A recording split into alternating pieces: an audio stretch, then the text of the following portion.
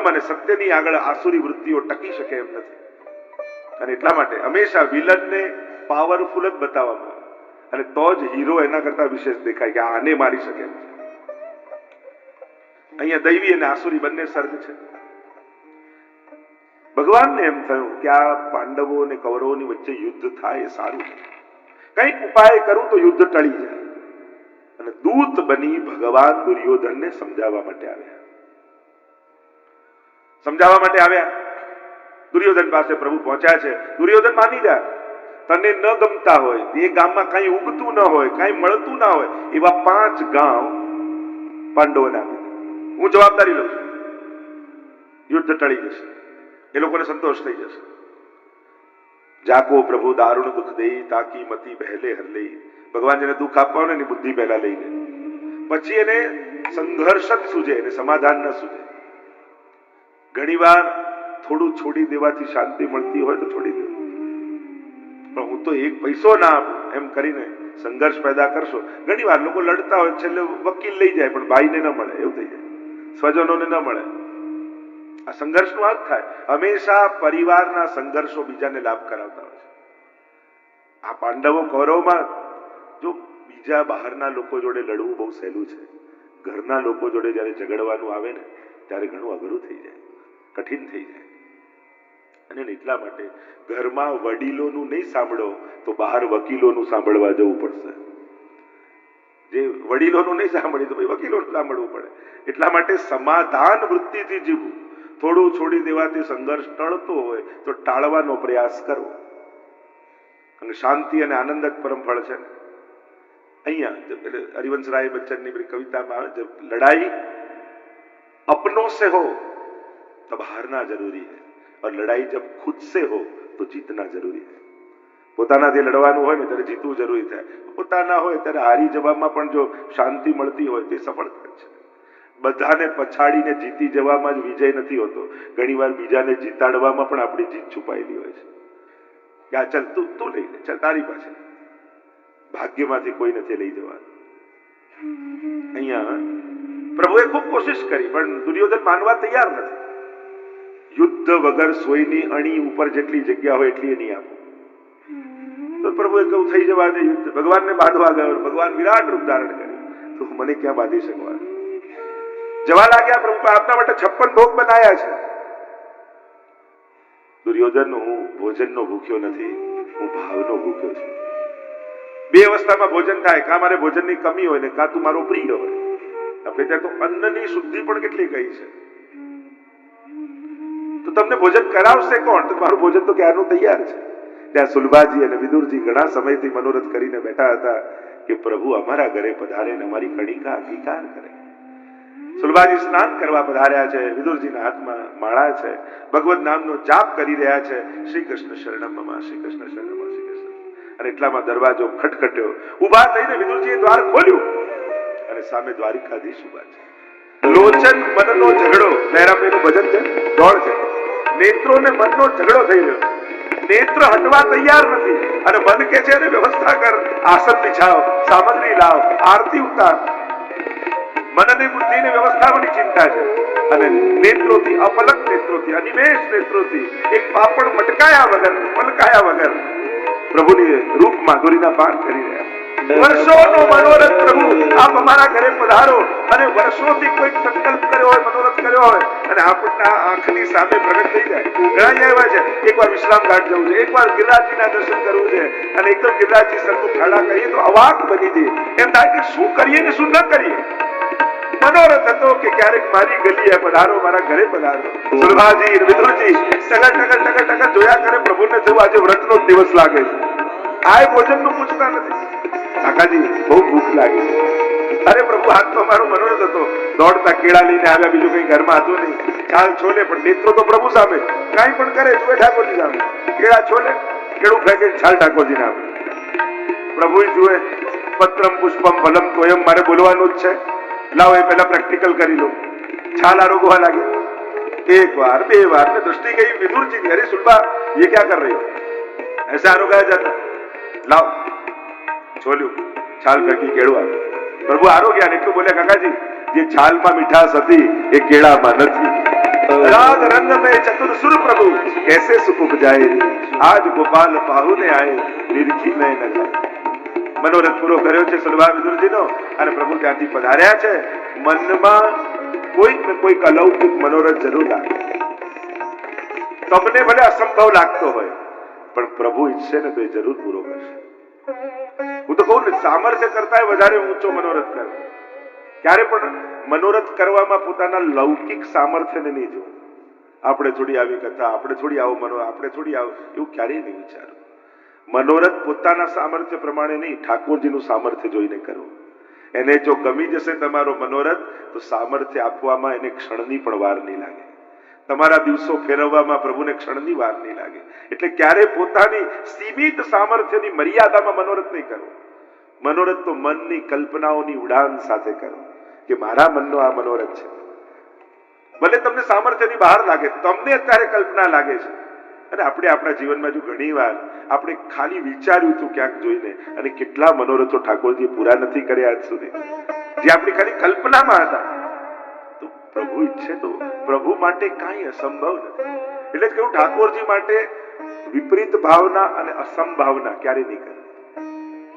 અસંભાવના કોને કહેવાય? નાનકડા લાલન હોય, આપણે 56 ભોગ ધર્યો હોય, આટલા નાના લાલન આટલો મોટો 56 ભોગ કઈ રીતે આરોગશે? પ્રભુ લૌકિક નથી. આપણા નેત્રોથી આપણા માટે નાના બનીને બેઠા છે. એ આરોગવાની જરૂર પડશે ને ત્યારે તો સહસ્ત્ર ભુજાધર કે જે મનકુટ આરોગ્યા ને, દેખો હરિ ભોજન કાળ. ક્યારે પણ પ્રભુ માટે કાંઈ અસંભવ નથી. આવું ઠાકોરજી થોડી કરે, આમ થોડી થાય, આવું થોડી થાય. આ બધી તમારી લૌકિકતા છે, જે તમને સીમિતતામાં, તમારા સામર્થ્યની સીમિતતામાં બાંધી રાખે છે. પણ જ્યારે લૌકિકતાના દ્વાર તૂટશે અને અલૌકિક મનોરથનો, જેમાં પ્રભુના સુખનો વિચાર હશે, એવો કોઈક મનોરથ કરશો ને તો તમારા સામર્થ્યથી અધિક ઠાકોરજી દાન કરશે. પ્રભુ પધારી ગયા, યુદ્ધ નિર્ધાર થયો કે હવે યુદ્ધ થશે જ. વિદુરજીને એમ થયું કે મારે લડતા જોવા નથી, યાત્રા કરવા માટે નીકળી ગયા. 36 વર્ષ સુધી વિદુરજીએ યાત્રા કરી છે. અહીંયા મહાભારતનું યુદ્ધ થઈ ગયું, યાદવા સ્થળી થઈ ગઈ, ભગવાન સુધામ પધારી ગયા, પણ વિદુરજીને કોઈ સમાચાર નથી. દરેક તીર્થોના નિયમ પાળતા પાળતા યાત્રા કરે છે. ઉદ્ધવજી સાથે મેળાપ થયો અને ત્યારે ઉદ્ધવજીએ આ બધા જ વૃત્તાંત ગયા. પ્રભુ પણ સુધામ પધારી ગયા, એ સાંભળ્યું તો બંનેનું હૈયું ભરાયા. ભાગ્યશાળી છો આ વિદુરજી, અંત સમયમાં પ્રભુ તમને યાદ કરતા હતા. જો આપણે તો યાદ કરીએ, પણ પ્રભુ આપણને યાદ કરે ખબર કેમ પડે? જે દિવસે સેવા કરતા કરતા ખૂબ આનંદ આવતો, હૃદયમાં અકારણ પ્રસન્નતા જાગતી હોય, તો માનજો મારા ગુરુ મને યાદ કરી રહ્યા છે, મારા વલ્લભ મને યાદ કરી રહ્યા છે. અનેક અનેક લક્ષણો જોઈ શકાય. જે દિવસે પ્રભુ બહુ મરકાતા તમારી સામગ્રી આરોગ્ય એવું તમને લાગે ને, ત્યારે માનજો આજે મહાપ્રભુજી મને યાદ કર્યો છે. શ્રી વલ્લભ શ્રીજીની સેવામાં મારી સુધી લીધી છે. અનેક લક્ષણો આપણે ત્યાં બતાવ્યા છે કે પ્રભુ આપણને યાદ કરે એના લક્ષણો શું. અહીંયા કહ્યું કે તમે મૈત્રેય મુનિને જઈને મળો. આવ્યા છે ઉદ્ધવજી, વિદુરજી મૈત્રેય મુનિ પાસે. મૈત્રેય મુનિએ કહ્યું, આવો યમરાજ, આવો ધર્મરાજ, હું આપને ઓળખું છું. આપ કેવલ વિદુરજી દાસીના પુત્ર નથી, પણ પૂર્વ જન્મના યમરાજા છો. માંડવ્ય મુનિના શ્રાપને કારણે દાસી પુત્ર રૂપે આપનો જન્મ થયો છે. અનેક પ્રકારના પ્રશ્નો કર્યા છે. સૌથી પહેલો પ્રશ્ન કર્યો, અને જાણે આપણો જ મનનો પ્રશ્ન ન પૂછ્યો હોય, અને પ્રશ્ન પૂછતા કહ્યું, સુખાય કર્માણિ કરોતિ લોકો નતૈ સુખમ વાન્યદુપારમં વિદ્યેત ભૂય તતૈવ દુઃખમ યદત્ર યુક્તમ ભગવાન વદેન્ન. દુનિયાનો દરેક માણસ સુખ માટે કામ કરે છે, છતાં એને દુઃખ કેમ મળે છે? કોઈ દુનિયાનો વ્યક્તિ દુઃખ મેળવવા કામ નથી કરતો. ખરાબ કામ પણ મેળવવા તો સુખ માટે જ કરે. કોઈ હું મરી જાઉં તો સુખી થઈ જાઉં, ખરાબ કાર્ય પણ એનું ઇન્ટેન્શન તો સુખ જ હોય છે. દુનિયામાં કોઈને પણ દુઃખ જોઈતું નથી, અને છતાંમાં દુનિયામાં કોઈ એવું નહીં હોય જેને દુઃખ ન હોય યા દુઃખ ન મળ્યું હોય. આ દુનિયાનો એકમાત્ર એવો તત્વ છે જે કોઈને જોઈતો નથી છતાં બધા પાસે છે. એનું કારણ, જ્યાં સુખ છે ત્યાં માણસ નથી શોધતો. અનેક આપણે ત્યાં તો કેટલા ઉપાયોને કેટલા પ્રકારને, મૂળ કારણ એ જ છે, કોઈ પણ સુખ એ દુઃખની સમાપ્તિ ન કરી શકે. કારણ કે આપણા પ્રત્યેક સુખ નાશવંત છે. એ સુખના સાધનો ને કારણો નાશવંત છે, એક દિવસ જવાના છે. તો જવાનની વસ્તુ કાયમી સુખનું કારણ કઈ રીતે આપી શકે? સમાધાન કેવાય. અને એટલા માટે દુઃખનો અંત ક્યારે થશે? જ્યારે સાચા દુઃખનું ભાન થશે. અને સાચું દુઃખ છે ભગવાનથી વિખૂટા પડે હજારો જન્મોનો અંતરાય થયો છે. એ જે આત્માનું પરમાત્માથી વિખૂટા પડ્યાના દુઃખનો અહેસાસ થશે ને, ત્યારે આ બધા જ સાધારણ દુઃખો, આત્માના દુઃખનો અહેસાસ થશે તો મનના દુઃખો બધા સમાપ્ત થઈ જશે. બાકી મનને બહેલાવા માટે ગમે તેટલા રમકડા ભેગા કરો, પણ એનો અંત નહીં લાવી શકે. થોડી વાર માટે દુઃખને ભૂલવી દેશે. એટલે મારું બે પુરુષાર્થ છે, દુઃખા ભાવમ સુખમ ચેતી પુરુષાર્થ દ્વયમ મતઃ. એક છે દુઃખનો અભાવ, બીજો છે સુખનો અનુભવ. કોઈ અઠવાડિયાથી ભૂખ્યું હોય અને એને સૂકો રોટલો કોઈ આપે ને ખાઈ જાય, એમ કે મજા આવી? ના, દુઃખ ગયું. મજા તો ત્યારે આવે જ્યારે રસગુલ્લા મળ્યા હોય. સૂકા રોટલાથી દુઃખનું નિવારણ થયું, પણ સુખનો અનુભવ તો ત્યારે થાય જ્યારે કોઈ મીઠાઈ કે સ્વાદિષ્ટ વસ્તુ મળી હોય. એમ જ સંસારના મળેલા સાધનો એ સૂકા રોટલા જેવા છે. ઘણી વાર દુઃખને ભૂલવી દે તો આપણને સુખ જેવું લાગે. સાચા સુખનો અનુભવ તો પરમાત્મામાં છે. આગળ સૃષ્ટિ વિષયક પ્રશ્નો કર્યા. સૃષ્ટિનું સર્જન કઈ રીતે થાય? ભગવાનની નાભીમાંથી કમળથી બ્રહ્માજીએ મનુ અને શત્રુપાને પ્રગટ કર્યા અને કહ્યું, જાઓ મૈથુનની સૃષ્ટિનો વિસ્તાર કરો. પણ કહ્યું કે આ પૃથ્વીને તો હિરણ્યાક્ષ રસાતળમાં લઈ ગયો છે. પહેલા પૃથ્વીને બ્રહ્માંડમાં સ્થાપિત કરો, અનુકૂળ માહોલ વાતાવરણ બને, અને ત્યારે સૃષ્ટિનો વિસ્તાર થાય. એ જ સમયે બ્રહ્માજીની નાસિકામાંથી બોલીએ વરાહ ભગવાન કી જય. વરાહ ભગવાનનું પ્રાગટ્ય થયું. ભયંકર યુદ્ધ થયું છે હિરણ્યાક્ષ જોડે. હિરણ્યાક્ષને માર્યો, પૃથ્વીને લઈને પધાર્યા, બ્રહ્માંડમાં સ્થાપિત કરી છે અને સ્થાપિત કરી અને અનુકૂળ વાતાવરણ બનાવ્યું છે. અને જ્યાં સુધી માહોલ ના હોય તો વિસ્તાર કેમ થાય? અને એ જ વરાહ ભગવાન અહીંયા સુકર ક્ષેત્ર છે, બ્રજની બહાર જાઓ અને ત્યાં શ્યામ પડી ગયા હતા. તો યુદ્ધ થયું ને, અને એકદમ કાળા વરાહ ભગવાન થઈ ગયા હતા. ત્યારે અહીંયા સ્નાન કર્યું સુકર ક્ષેત્રમાં, બ્રજમાન છે, અને શ્વેત બન્યા. અને ત્યારથી શ્વેત વારાહ કલ્પનો પ્રારંભ થયો. એટલે જયારે સંકલ્પ કરીને શ્વેત વારાહ કલ્પે, ત્યારથી શ્વેત વારાહ કલ્પ પ્રારંભ થયો. અહીંયા સૃષ્ટિનો વિસ્તાર કરવાની આજ્ઞા કરી. મનુ અને શત્રુપા. મન પ્રધાન મનુ છે અને એની વૃત્તિઓ શતરૂપા, 100 રૂપા વૃત્તિઓ, અનેક વૃત્તિઓ મનની છે. વિસ્તાર કરવાનું કહ્યું. 3 પુત્રી થઈને 2 પુત્ર થયા. દેવહૂતિ, આકુતિ અને પ્રસૂતિ. 3 પુત્રી થઈ અને 2 પુત્ર થયા, ઉત્તાનપાદ અને પ્રિયવ્રત. દેવહૂતિના વિવાહ કરદમજી સાથે કરવામાં આવ્યા. કરદમજી એવા સંકલ્પ સાથે વિવાહ કર્યા કે પુત્ર થશે પછી સંન્યાસ લઈ લઈશ, પણ વિવાહ કરતાની સાથે સમાધિમાં બિરાજી ગયા. દેવહૂતિએ ખૂબ સેવા કરી, શરીર સૂકવી નાખ્યું પોતાનું, ક્યારે સામે જોયું પણ નહીં. અને એક દિવસ દ્રષ્ટિ પડી કે અરે મારી પાછળ આને પોતાનું શરીર ઓગાડે. જીવનમાં ઘણી વાર એવું થાય, બહારના લોકો થોડી મદદ કરે ને તો જ્યારે મળે ત્યારે થેન્ક યુ કયા કરે. અને ઘણા ઘરના લોકો કહેતા ન હોય પણ આપણા માટે જીવન ઘસી નાખતા હોય, પણ એમને ક્યારે થેન્ક યુ ના કહીએ. એ મા રૂપે હોય, દીકરી રૂપે હોય, પત્ની રૂપે હોય, બહેન રૂપે હોય, કોઈ પણ ઘણા રૂપે, એ પતિ રૂપે હોઈ શકે, ભાઈ રૂપે હોઈ શકે, પિતા રૂપે હોઈ શકે.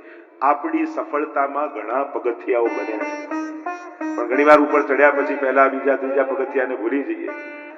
જીવનમાં નાનો ઉપકાર પણ જીવનમાં યાદ રાખો, બોલવું નહીં. આપણા જીવનના ઘડતરમાં કોઈનો પણ હાથ કે સાથ રહ્યો હોય ને, એને વાગોળતા રહે, અવસર મળે તો એનો આભાર માનતા રહે કે આ બધાનો. કારણ કે આપણે કે હું અહીંયા પહોંચ્યો તો આપણે એકલા નથી હોતા, કેટલા લોકો પગથિયા બન્યા હોય છે, નાની મોટી કેટલા લોકોની મદદ અને સાથ જીવનમાં આપણે લીધો હોય છે, પણ એને આપણે ભૂલી જતા હોઈએ છીએ. સજ્જન વ્યક્તિઓ સ્મરણ કરતા હોય છે. અને જેટલા ઝાડ પર ફળ ઉગે એટલું ઝાડ ઝૂકતું જાય, એમ તમારામાં જેટલા ગુણો, સામર્થ્ય, પદ, પ્રતિષ્ઠા મળતી જાય, એમ નમ્રતા વધવી જોઈએ. હું અહીંયા છું એની પાછળ ઠાકોરજીના આશીર્વાદ છે. જેટલી દીનતા નમ્રતા આવશે એટલું તમારું સન્માન વધશે. આ બે ત્રણ વસ્તુ માંગવાની ન હોય, મેળવવાની. માન માંગવાનું ન હોય, મેળવવાનું હોય. માન માંગવા જશો ને લોકો આપી પણ દેશે, પણ એને આપ્યું એ એની મહાનતા છે, આપણી નહીં. સન્માન કરનારની મહાનતા છે કે આપણને એ માન આપી રહ્યો છે. પણ માંગીને મળે એની શું મજા છે? પ્રેમ માંગવાનું ન હોય, મેળવવાનું. માંગીને મળે એનો શું આનંદ? તો અમુક વસ્તુ તો પ્રાપ્ત કરવાની, સન્માનનીય બનવાનું હોય. એટલે લોકો પ્રશંસા કરે ને તો એને અપેક્ષા માનીને સ્વીકારવી કે મારી પાસે આ અપેક્ષા રાખે છે. તમને કોઈ ભગવતી કહે, વૈષ્ણવ કહે, આમ કહે, તમારી પ્રશંસા કરે તો માનવું કે મારે આવું બનવાનું છે. ઠાકોરજી આના મોઢે બોલાવી રહ્યા છે, તું ભગવતી થા, તું વૈષ્ણવ થા. એને અપેક્ષા રૂપે લો, પોતાની યોગ્યતા રૂપે. હું તો આમ છું એવું માની લેવાની. સૌથી મોટી ગેરસમજ જ એ છે કે દુનિયાના માન મેળવી પોતાને સન્માનની સમજી લેવું. સન્માન આપણો અધિકાર નથી, સામેવાળાનો વિવેક છે. પેલો વિવેકી છે કે જે આપણને રિસ્પેક્ટ આપી રહ્યો છે. જોયું દેવહૂતિને શરીર ઓગાળીને કઈ રીતે સેવા કરી. બહુ શુશ્રૂષયા આત્મસૌચેણ ગૌરવેણ દંભેન ચ દમેન ચ. અનેક સેવા કઈ રીતે કરાય એનો વિવેક બતાવે. અહીંયા થયું સુંદર વિમાન તૈયાર કર્યું, વિહાર કર્યો છે, 9 કન્યા થઈ, 10મા પુત્ર રૂપે. બોલો કપિલ નારાયણ ભગવાન કી જય. આ એ સ્થાન છે જ્યાં સિદ્ધપુર કપિલ કરદમજીનું તપ જોઈ ભગવાનની આંખમાંથી અશ્રુબિંદુઓ પડ્યા હતા. એટલે ત્યાં બિંદુ સરોવર છે. અને અહીંયા કપિલ ભગવાનના સંગથી દેવહૂતિનો ઉદ્ધાર થયો. એટલે માતૃ શ્રાદ્ધ યા માતૃની વિધિ એ બિંદુ સરોવર પર કરવામાં આવે છે. ત્યારે જોયું, અરે મારા પર કૃપા કરવા માટે ભગવાન પધાર્યા છે. દેવહૂતિ ગયા પુત્ર પાસે, કપિલ ભગવાન પાસે. સાંખ્ય શાસ્ત્રના ઉપદેશક છે. પ્રકૃતિ અને પુરુષનો ભેદ સમજાવ્યો અને કઈ રીતે આત્મોદ્ધાર, સર્વ મોહમાંથી મુક્તિ સિદ્ધ કરવી, અનાસક્ત ભાવ કેળવવો અને સાંખ્ય શાસ્ત્રનો ઉપદેશ કર્યો છે. શેશ્વર સાંખ્ય અને નિરીશ્વર સાંખ્ય બંને પ્રકારના સાંખ્ય શાસ્ત્રો છે. માતાનો ઉદ્ધાર થયો. કપિલ ભગવાન ગયા પૂર્વ દિશા તરફ. તૃતીય સ્કંદને વિરામ આપીએ. બોલો ગોવર્ધન નાથ કી જય, ભાગવત ભગવાન કી જય. ચતુર્થ સ્કંદ સર્ગ લીલા, સર્જનમ સર્ગ. અને જેમ સર્ગ આ વિસર્ગ લીલા, વિવિધ પ્રકારનો સર્ગ. 4 પ્રકરણ વિભાગ મહાપ્રભુજીએ બતાવ્યા: ધર્મ, અર્થ, કામ અને મોક્ષ. જ્યારે ચતુર્વિધ પુરુષાર્થ આપણે કહીએ છીએ. 4 પ્રકરણમાં મહાપ્રભુજી આ ચતુર્થ સ્કંદને મૂક્યો. ધર્મ પ્રકરણમાં પ્રસૂતિને ત્યાં યજ્ઞ નારાયણ ભગવાનની પ્રાગટ્યની કથા. બોલો યજ્ઞ નારાયણ ભગવાન કી જય. દક્ષ પ્રજાપતિના યજ્ઞની કથા આવી. મોટું પદ મળ્યું, પ્રતિષ્ઠા મળી. થયું કે મારાથી શ્રેષ્ઠ બીજું કોઈ નથી. સમાજ જ્યારે ઊંચા સ્થાને બેસાડે ને તો મોટા સ્થાને બેસનારાઓની જવાબદારીઓ પણ મોટી હોય છે. પણ મોટા સ્થાને કોઈ નાના મનવાળો વ્યક્તિ બેસી જાય તો સમાજનું નુકસાન કરતો હોય છે. પદ મળ્યું, પ્રતિષ્ઠા મળી, પ્રવેશ કર્યો દક્ષે. દેવતાઓની સભા હતી. 2 જણા ઉભા ન થયા, બ્રહ્માજી ને મહાદેવજી. બ્રહ્માજી મોટા છે અને મહાદેવજી સમાધિમાં હતા. પ્રભુનું ચિંતન કરી રહ્યા હતા અને એને એમ થયું કે માને ઉભા થઈને માન ન આપવું પડે એટલા માટે આંખ બંધ કરીને બેસી ગયા છે. આજ પછી મહાદેવજીનો યજ્ઞમાં ભાગ બંધ કરાવી દઈશ. પોતાના જમાઈ છે, ધર્મે 13 કન્યાઓ, આખો વર્ણન આવે છે. પરણાવી ધર્મને. 14મી કન્યા સ્વાહા અગ્નિદેવને પરણાવી, સ્વધા પિતૃઓને પરણાવી. 16મી કન્યા સતીના વિવાહ મહાદેવજી સાથે થયા છે. અહંકારમાં આવેલા દક્ષ મહાદેવજી, વૈષ્ણવ નામ યથાશંભુ, પરમ વૈષ્ણવ મહાદેવજી છે. અને વૈષ્ણવની પ્રવૃત્તિ ઉપર શંકા કરી. થયું કે મહાદેવજીનો યજ્ઞમાં ભાગ બંધ કરાવી દઈશ અને પહેલો યજ્ઞ હું કરીશ. વિશાળ યજ્ઞ કર્યો છે દક્ષ પ્રજાપતિ. બધાને બોલાવ્યા. પોતાની દીકરીને જમાઈને જ આમંત્રણ ના આપ્યું. વિમાનો જતા હતા, આકાશમાંથી પૂછ્યું કે આ ક્યાં જઈ રહ્યા છે. નારદજી આવ્યા, કહ્યું આ તો તમારા પિતાને ત્યાં યજ્ઞ છે, તમે નથી જવાના. અરે ઘરમાં કઈ સારો પ્રસંગ હોય, દીકરીઓ તો પહેલા આવી જાય. દીકરીઓથી તો પ્રસંગ લાગે, તમે નથી જવાના. અને મનમાં થયું કે અરે પિતાને ત્યાં છે, કદાચ ભૂલી ગયા હશે કેવા. મહાદેવજી પાસે આવ્યા ને કહેવા લાગ્યા, પિતાને ત્યાં આટલો મોટો યજ્ઞ છે, આપણે જવું જોઈએ. મહાદેવજીએ કહ્યું કે મારું અપમાન કરવા માટે તમારા પિતા યજ્ઞ કરી રહ્યા છે. અરે ના ના, જોને આપણને આમંત્રણ પણ નથી આપ્યું. અરે આટલી જગ્યા આમંત્રણની જરૂર થોડી હોય. પિતાને ત્યાં, ગુરુને ત્યાં, સુરતને ત્યાં સમાચાર મળે ને પહોંચી જવાનું હોય. ન જાઓ તો સારું, એ તો તમને પણ દુઃખ થશે. માન્યા નહીં. નંદીને સાથે મોકલ્યા છે અને દક્ષના યજ્ઞમાં સતી મહારાણી પ્રવેશ કરે છે. અને જ્યાં જુએ ચારે બાજુ સ્વાહા સ્વાહાના ધ્વનિઓ થઈ રહ્યા છે. થયું કે મને જોઈને પિતા પ્રસન્ન થઈ જશે, મને જોઈને મા પ્રસન્ન થઈ જશે. પિતાએ જોયું ને મુખ મરોડી લીધું. માએ પણ દ્રષ્ટિ નીચી કરી લીધી. આઘાત લાગ્યો. જોયું તો યજ્ઞમાં મારા પતિનો કોઈ ભાગ નથી. અને બહુ જ એમને આત્મસંકોચ થયો કે મહાદેવજીની આજ્ઞાનું ઉલ્લંઘન કરીને હું આવી અંગૂઠાથી અગ્નિ પ્રગટ કર્યો. બળ અગ્નિમાં બળવા લાગ્યા. નંદી દોડ્યા છે. દોડતા દોડતા જઈને મહાદેવજીને સમાચાર આપ્યા. સતી મહારાણીએ આત્મવિલોપન કરી તો અગ્નિમાં પોતાની જાતને સ્વાહા કરી લીધી છે. આવ્યો ક્રોધ. મહાદેવજીએ જટા ખોલી, લટકાડી, પછાડી, વીરભદ્ર પ્રગટ થયો. કયો જાઓ યજ્ઞનો વિધ્વંસ કરી નાખો. અને તાંડવ કરવા લાગ્યા મહાદેવજી. અને ગણો તૂટી પડ્યા. યજ્ઞમાં સ્વાહા બોલેલી જીભ કાપી નાખે, ભોગતા હોય એના શિરચ્છેદ કરી નાખે, હાથ કાપી નાખે. આખા યજ્ઞનો વિધ્વંસ થઈ. ચારે બાજુ હાહાકાર મચી. દક્ષનો શિરચ્છેદ કરી. અને વૈષ્ણવના વિરોધનો યજ્ઞ ભગવાને સફળ ન થવા દીધો. અનેક પ્રકારની કથાઓ આવે. આગળ અર્થ પ્રકરણમાં ધ્રુવ ચરિત્ર આવ્યું. ઉત્તાનપાદ રાજા, બે પત્ની, સુરુચિ ને સુનીતિ. આધ્યાત્મિક અર્થ. દરેક જન્મ લેનારો બાળક ઉત્તાનપાદ જ હોય છે. પગ ઉપર ને માથું નીચે. જન્મ લે એટલે બે વૃત્તિ સામે આવે. નીતિનો માર્ગ અને રુચિનો માર્ગ. ઈચ્છાનો માર્ગ અને ધર્મનો માર્ગ. ઉપનિષદના શબ્દોમાં કહું તો શ્રેયનો માર્ગ અને પ્રિયનો માર્ગ. બે રાણીઓ છે. સુરુચિ માનીતી છે, સુનીતિ અમાનીતી છે. ઈચ્છાઓ જ બધાને ગમતી હોય, નિયમો કોને ગમે? અને એકવાર બંને બાળકો ઉત્તમ અને ધ્રુવ રમી રહ્યા હતા. ચાલતા ચાલતા ઉત્તમ પિતાની ગોદમાં બેસી ગયો.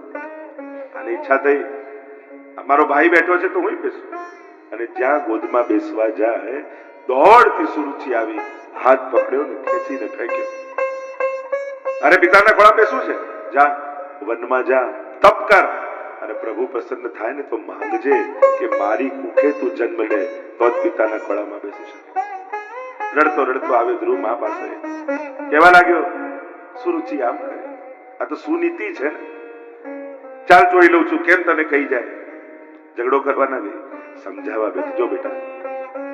ઘરમાં ક્યારે કંઈક મોટા કોઈ કહે વિચારવું કેમ આપણને કહ્યું. અને હું તો એમ કહું બેટા, મારા કરતા પણ તારી સાચી માં સુરુચિ છે. અરે ના, એને તો એમ કહ્યું જંગલમાં જા, ભગવાનને મેળવ. હા બેટા, આજ સુધી મેં તને આમ નથી કહ્યું. આ વાક્યો તો કોઈ મહાન ગુરુ મળે ને એ જ કહે. બેટા બેસવું જ હોય તો એવા ખોળામાં ન બેસીશ જે આજે છે ને કાલે નહીં રહે. એવી ગોદ ગોદ કે જ્યાંથી તને કોઈ ઊભો ન કરે. એવા ખોળામાં બેસ જે ખોળો શાશ્વત હોય. જા બેટા, વનમાં જઈને ભગવાનને પ્રાપ્ત કર. અને નાનકડા ધ્રુવજી ચાલ્યા છે. નારદજીને ચિંતા થઈ ગઈ, ક્યાંક આવેશમાં નીકળાતો નથી. પરીક્ષા કરી, અરે તું વનમાં જાય છે ત્યાં તો ભયંકર પ્રાણીઓ હશે, પશુઓ હશે, તને મારી નાખશે. નિર્ધાર કર્યો છે ભગવાનને મેળવવાનો. હવે બેસીશ તો પરમ પિતાના ખોળામાં બેસીશ. નારદજીને થયું સંકલ્પ દ્રઢ છે. દ્વાદશાક્ષર મંત્રનો ઉપદેશ આપ્યો અને કહ્યું જા મધુવનમાં જા અને ત્યાં તપ કર. યમુનાજીનો પરમ પવિત્ર કાંઠો છે. કૃપા થશે યમુનાજીની, તારા ઉપર પ્રભુની પ્રાપ્તિ થઈ જશે. ધ્રુવ પરાશરા ભિષ્ટ દે, પણ આપનારા તો યમુનાજી છે. પ્રભુની લીલાઓ શાશ્વત છે એનું પ્રમાણ છે. સૃષ્ટિના સર્જનથી ચોથી પેઢી થઈ ગઈ ને ધ્રુવ. જો બ્રહ્માજીથી મનુ શત્રુપા, મનુથી ઉત્તાનપાદ ના ધ્રુવ ચોથી પેઢી છે. છતાંય નારદજી એમ કેમ કહે છે કે મધુવનમાં જા, કૃષ્ણ લીલા વિહારની ભૂમિ છે. કૃષ્ણ અવતાર થયો છે ક્યાં? અને દ્વાદશાક્ષર મંત્રનો મંત્ર શું કહેવાય? ઓમ નમો ભગવતે વાસુદેવાય. કોનું નામ છે? કૃષ્ણ. કૃષ્ણ થયા છે. હજી તો ચોથી પેઢી છે સૃષ્ટિ સર્જનની. પણ એટલે જ આપણે ત્યાં કલ્પ ભેદથી આ જુદી કથાઓ મનાય છે. દરેક કલ્પના દ્વાપરમાં કૃષ્ણ અવતાર થાય છે. પણ પૂર્ણ અવતાર, પૂર્ણ ભગવાન પુરુષોત્તમ એ સારસ્વત કલ્પના દ્વાપરમાં પ્રગટ થયા હતા અને એની કથા ભાગવતમાં છે. એટલા માટે અન્ય પુરાણો કરતા ભાગવતની વિશેષતા માનવામાં આવે છે. દરેક કલ્પના દ્વાપરમાં પ્રગટ થતા કૃષ્ણ એ પૂર્ણ અવતાર પુરુષોત્તમ નથી હોતા, એ કૃષ્ણ અવતાર હોય છે, એ વિષ્ણુના અવતારમાંના એક અવતાર હોય છે. અને આ સારસ્વત કલ્પના દ્વાપરમાં જે પ્રગટ થયા એ પરબ્રહ્મ, જેમાંથી બ્રહ્મા વિષ્ણુ ને મહેશ પ્રગટ થાય છે. આવા અનેક શાસ્ત્રોક્ત અર્થો છે. અને હવે તો મંત્ર મળ્યા, ગુરુ મળ્યા, ચાર્યા છે વન તરફ મધુવન તરફ, અને એક જ મંત્રનો જાપ કરતા જાય. ઓમ નમો ભગવતે વાસુદેવાય. ઓમ નમો ભગવતે વાસુદેવાય. ઓમ નમો ભગવતે વાસુદેવાય. ઓમ નમો ભગવતે વાસુદેવાય. ઓમ નમો ભગવતે વાસુદેવાય. ઓમ નમો ભગવતે. ચાલ્યા છે, મધુવનમાં આવ્યા છે, એક વૃક્ષની છાંડમાં બેસી અને હવે ત્યાં જાપ કરે. અન્ન જળ છોડી દીધા, યમુનાજીના પાન કરીને રહેતા એ પણ હવે છોડ્યું, હવે હવાનું ભક્ષણ કરીને રહેતા એ પણ છોડ્યું. સર્વમાં આત્મભાવ સિદ્ધ થયો, કારણ કે એક જ આત્મા સર્વમાં વ્યાપ્ત છે. અને પોતાના શ્વાસ રોક્યા. સર્વાત્મ ભાવ હતો એટલે બધાની શ્વાસો રોકાવા લાગી. ગભરાયા ઇન્દ્ર, મારું ઇન્દ્રાસન કોઈ ન લઈ લે. દોડતા ભગવાન પાસે ગયા. ભગવાનને કહ્યું કે આ તો મારો ભક્ત છે, એ કોઈ સ્વાર્થ કે પદ માટે નથી તપતો, એ તો મારા માટે તપ કરી રહ્યો છે. ધ્યાનમાં આવ્યા પરમાત્મા, રૂવાડે રૂવાડે આનંદ વ્યાપી ગયો. અંતર ધ્યાન થયા પ્રભુ. વ્યાકુળ થઈને જ્યાં નેત્રો ખોલ્યા, જે ભીતર હતા એ બહાર દેખાયા. ધ્રુવજી કંઈક બોલવા માંગે છે પણ વાણી સ્ફૂર્તિ નથી. અને ત્યારે ભગવાને પોતાના હાથનો શંખ લઈ ગાલ પર અડાડ્યો અને વાણી સ્ફુટી. યોંતઃ પ્રવિશ્ય મમ વાચમીમાં પ્રસુપ્તામ સંજીવયત્ય કિલ શક્તિધર સ્વધામના.